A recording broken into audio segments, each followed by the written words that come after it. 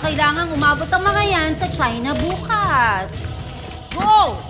Faster! Patay ka! Patay ka! Patay ka!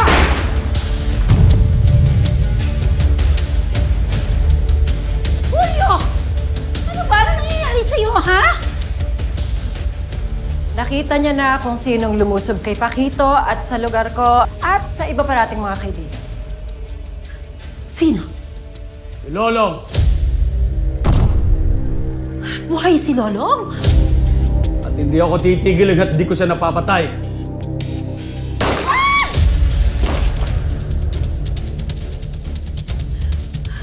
Julio, itigil mo to! Uubusin mo ang mga tauhan natin sa ginagawa mo! Pero di ba, matagal na dapat patay si Lolong!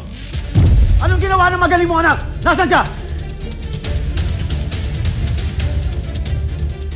Alam niyo na buhay si Lolo. Julio! At kailan ka pa nawalan ng kwentang trumabaho, Ivan? Anong ginawa mo? Julio! Julio! Anong ginawa mo? Huh? Julio! Can we please don't act like savages? We're not animals! We're a family! Come on, pag-usapan natin ito bilang isang pamilya, please! Matagal nang pinatay ni Lolong ang nag-iisang pamilya ko. Lilinisin ko to. Papatayin ko si Lolo. Dadalhin ko yung ulo niya sa inyo. So dramatic. Pero alam niyo, kung ako sa inyo, kumikilos na ako. Kung kailangan niyo ng tulong ko, I will help you. We don't need your help. Really, eh?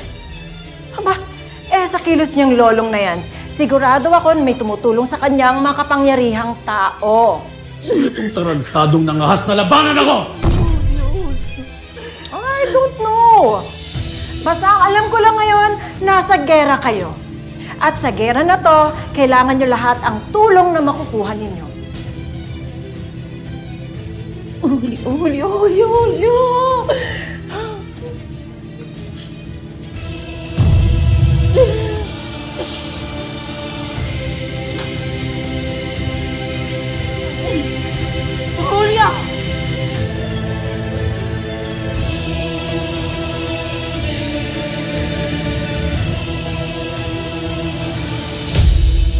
Oh! Perfect. Kaka-text lang sa akin ang tauhan ko at alam niya na kung nasaan si Lolong. Gusto mo bang sabihin ko